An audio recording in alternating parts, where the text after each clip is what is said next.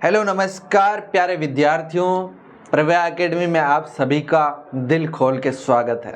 कैसे हैं आप सब लोग? उम्मीद करता हूं कि आप सब लोग स्वस्थ होंगे और मस्त होंगे और धुआंधार पढ़ाई कर रहे होंगे। तो दोस्तों, आप सबको पता है अभी समय है आप सबकी फेवरेट सब्जेक्ट साइंस पढ़ने का। हम आज पढ़ रहे हैं विज्ञान की कक्षा 10 का जो चैप्टर है धातु और अधातु। इसमें हम लोग बात करेंगे धातु और अधातु में। हम देख रहे थे कि धातुएं हमें प्राप्त कहाँ से होती है। उसके बाद हम बात ये भी कर रहे थे कि धातुएं एक खनिज के रूप में मिलती है और ऐसे खनिज जिसमें धातुएं ज़्यादा हो और जिसे निकालना लाभकारी होता है वो आपका अयस्क कहलाता है। ठीक है, अब अयस्क के अंदर जो जो चीज़ें होती है उन्होंने चीज़ों को अलग कैसे किया जाता है, तो उसके लिए हम लोगों ने बात करी थी कि जो धातुएं हैं उनके अंदर 3 जो श्रेणियां हमने बनाई है। एक श्रेणी आपकी जो है वो उच्च अभिक्रियाशील धातुओं की है, निम्न अभिक्रियाशील धातुओं की है और मध्यम अभिक्रियाशील धातुओं की है। तो ये इनकी क्रिया दर भी अलग अलग होती है, तो ये अलग अलग रूप में पाई जाती है धरती के अंदर। तो बात करते हैं इनके बारे में।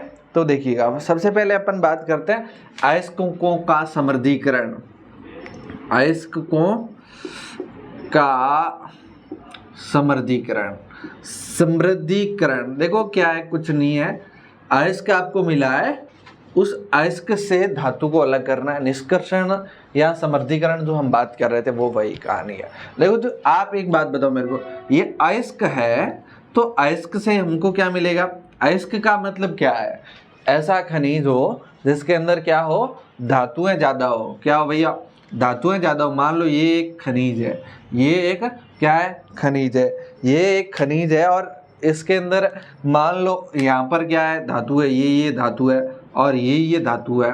तो ये धातु ज़्यादा है और इसे निकालना लाभदायक है, तो बेटा ये आपका अयस्क कहलाएगा। तो ये क्या कहलाएगा? अयस्क कहलाएगा। तो एक कहानी ये समझ में आ गई कि ये तो आपकी क्या है? धातु है। तो ये बाकी वाला जो है उसे अपन क्या कहेंगे? तो बाकी होता क्या है? देखो, बाकी होता कुछ नहीं है, और भी बहुत सारी चीज़ें होती है। जैसे हम लोगों ने ये भी बात करी ना कि ये किसी के साथ रहते हैं। उसके अलावा इसके साथ ये मान लो धातु है, इसके साथ रेत होती है और क्या होती है? मिट्टी होती है। रेत होती है और मिट्टी होती है।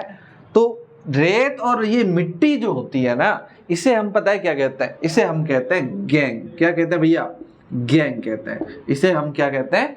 गैंग कहते हैं। कहानी समझ में आई कि जो धातुएं हैं या खनिज अयस्क है, ऐसा समझ लो।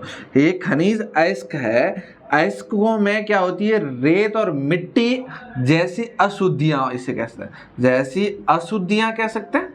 अशुद्धियां होती है, उन्हें अपन क्या कहेंगे? गैंग कहेंगे। उन्हें अपन क्या कहेंगे? गैंग कहेंगे। आई बात समझ आए? देखो, सिंपल सा इसको रटने की जरूरत नहीं है। अपन को एक बात आपको बताते हैं।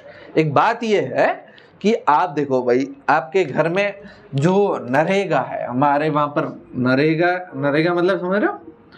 जहाँ पर महिलाएं पुरुष को रोजगार दिया जाता है सरकार के द्वारा। तो जो नरेगा होता है वहाँ पर क्या करता है, जैसे कोई होता है ना तालाब या रोड, तालाब मुख्यतः तालाब वगैरह होती है, तो वहाँ रेत होती है तालाब में या मिट्टी होती है। उस मिट्टी को खोद करके उसकी दीवार बनाते हैं तालाब की।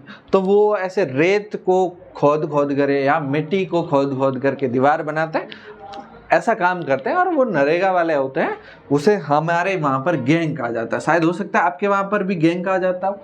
तो सीधा सा कनेक्शन ये है कि रेत मिट्टी क्या?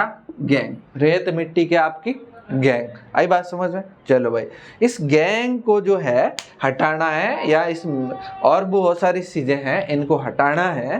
तो इनको हटाने के लिए बहुत तरीके हैं हमारे पास। तो जो 3 अलग अलग अभिक्रियाशील धातुएं हैं, इनके जो तरीके हैं उनके बारे में अपन बात करते हैं, उनके बारे में देखते हैं। चलो भाई, आप देख अयस्कों का समृद्धीकरण की बात अपन कब करें, तो सबसे पहले अपन बात करते हैं निम्न अभिक्रियाशील धातुओं से कैसे होगा। तो सक्रियता श्रेणी में जो सबसे नीचे आती है, जिसे अपन बोलते हैं निम्न अभिक्रियाशील धातु है। क्या बोलते हैं? निम्न अभिक्रियाशील धातु है। तो निम्न अभिक्रियाशील धातुओं की या धातुओं का समृद्धीकरण, अभिक्रियाशील धातुओं का समृद्धीकरण धातु। देखो भाई सिंपल सी बात है कि सामान्य तो ये स्वतंत्र अवस्था में मिलेगी, सामान्यतः तो ये कैसी स्वतंत्र अवस्था में मिलेगी, हमने बताया था स्वतंत्र अवस्था में मिलती है, ठीक है। लेकिन कभी कभी ये कौन सी अवस्था मिलेगी, कभी कभी ये सल्फाइड या ऑक्साइड अयस्कों के रूप में मिलती है। सल्फाइड या ऑक्साइड के अयस्क ये कभी कभी किस में मिलेगी आपकी, या तो ये सल्फाइड या ऑक्साइड अयस्क के रूप में मिलेगी, सल्फाइड या फिर किसके अयस्क, ऑक्साइड अयस्क के रूप में मिलेगी। आई बात समझ है, सल्फाइड या फिर किसके रूप में, ऑक्साइड के अयस्क में मिलेगी, ठीक है। तो इनको अलग करने के लिए क्या तरीका है, देखो सिंपल इसका तरीका है, ये कैसे अलग करोगे, केवल गर्म करके, केवल क्या करना, गर्म करके, बस क्या करो, जो आपका अयस्क मिला है उन्हें आप क्या करो, गर्म करो, उसे क्या करो आप गर्म करो। अब आप उसे गर्म करोगे ना तो ये आपका जो शुद्ध धातु है वो मिल जाएगा। देखो देखो अब मेरे को एक बात बताओ, जैसे एक उदाहरण लेते हैं भैया, ये HGS, ये क्या मरकरी का सल्फाइड अयस्क है, मरकरी का क्या है, सल्फाइड अयस्क। अच्छा इसका नाम ध्यान रखना, कई बार एग्जाम में पूछा जाता है। ये मरकरी का एक अयस्क है जिसका नाम है सिनाबार। क्या नाम है भैया, सिनाबार। ये सिनाबार जो है ये क्या है, मरकरी का अयस्क है। ये किसके रूप में, ये सल्फाइड अयस्क के रूप में आपको मिलेगा। देखो इसके अलावा जब आप इसको आप मरकरी बनाना है, इससे मरकरी को प्राप्त करना है तो कुछ नहीं करना, आपको पता है क्या करो, इसे करो गरम। तो देखो भैया HGS ये क्या है, सिनेबार। जब हम लोग इसको ऑक्सीजन की उपस्थिति में, ये कौन सी अवस्था में होगा, ठोस अवस्था में, जब हम लोग इसको O2 की उपस्थिति, O2 मतलब गैस की उपस्थिति में क्या करें भैया, गरम करें। तो क्या करें, गरम करें, तो ये गरम का निशान है। अच्छा अगर हम लोग इसे गर्म करते हैं तो क्या होता है, एक तो ये बन जाता है HGO यानी कि मरकरी का ऑक्साइड बन जाता है। क्या बन जाता है, मरकरी का ऑक्साइड, जिसे बोलते हैं मर्क्यूरिक ऑक्साइड। क्या बोलते हैं, मर्क्यूरिक ऑक्साइड, ठीक है। इसके अलावा ये ठोस अवस्था मिलेगा, इसके अलावा ये आपका सल्फर डाइऑक्साइड बन जाता है। क्या बन जाता है, SO2 गैस बन जाती है, सल्फर डाइऑक्साइड बन जाता है, ठीक है ना। इस अभिक्रिया को संतुलित करना है तो करो भैया, करने के लिए यहाँ पर लगाओ आप ऑक्सीजन कितना है, 2, और यहाँ पर कितना, 2 और 1 3 है। तो भैया 3 है तो आपको इसको 3 तो नहीं कर सकते, तो इसको कितना करोगे, 6 करेंगे। इसको 6 किया, ठीक है भाई साहब कर दिया, ये 6 हो गया, और यहाँ पर कितने 3 है। तो इसमें से अगर हम इसको 2 करेंगे तो ये कितने हो जाएंगे, 2, और उसको 2 करेंगे तो 4 हो जाएंगे। तो सिंपल सा है, इसको 2 कर दो और इसको 2 कर दो और इसको 2 कर दो, तो ये आपकी संतुलित अभिक्रिया हो जाएगी। अच्छा देखो जब हम लोगों ने सिनेबार यानी कि जो मर्क्यूरिक सल्फाइड था, इसको गर्म किया तो मर्क्यूरिक ऑक्साइड बन गया। अब आप लोग इसको मर्क्यूरिक ऑक्साइड को गर्म करोगे, HGO को आप गर्म करोगे, ये ठोस अवस्था में होता है। जब आप इसको गर्म करोगे तो ये आपका क्या बन जाएगा, ये आपका क्या बन जाएगा, मरकरी बन जाएगा। ये मरकरी ठोस अवस्था में आपको प्राप्त हो जाएगी, मरकरी प्राप्त हो जाएगी, और ऑक्सीजन गैस जो है वो बाहर निकल जाएगी, ऑक्सीजन गैस जो है वो बाहर निकल जाएगी। यहाँ पर 2 लगा दो, यहाँ पर 2 लगा दो, ये क्या होगी आपकी संतुलित रासायनिक अभिक्रिया। आई बात समझ में।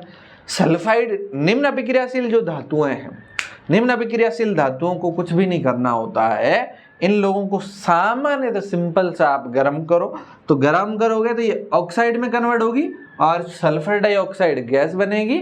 उसके बाद आप लोग क्या करो, आप जो ऑक्साइड बन रहा है उसको आप और गर्म करो तो ऑक्सीजन गैस बाहर निकल जाएगी और क्या बन जाएगा, धातु बन जाएगी, ठीक है। ये निम्न अभिक्रियाशील धातु की कहानी है, सिंपल।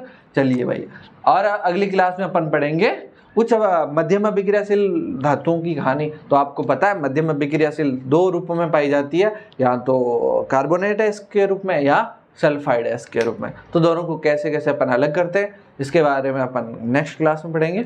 इसी क्लास में अपन इतना ही पढ़ेंगे। चलिए, उम्मीद करता हूँ कि ये वीडियो आप लोगों को पसंद आया होगा, और बेटा ये आप लोगों के बहुत काम आने वाली चीज़ें हैं। आप अपने सारे दोस्तों के साथ शेयर करें। आप लोग अभी से इन क्लासों को रेगुलर लेना शुरू करें, क्योंकि रेगुलर नहीं लेते हैं तो फिर बाद में लोड पड़ जाएगा, ठीक है ना। चलिए, तो इसी वीडियो को यहीं रोकते हैं। उम्मीद करता हूँ कि वीडियो आप लोगों को बहुत पसंद आ रहा होगा, ठीक है। वीडियो को लाइक करो, चैनल को सब्सक्राइब करो और अपने दोस्तों के साथ शेयर जरूर करेंगे। तब तक मिलते हैं नए वीडियो में, तब तक के लिए बाय बाय, टेक केयर, ख्याल रखिए, मस्त पढ़ाई करिए। Thank you very much.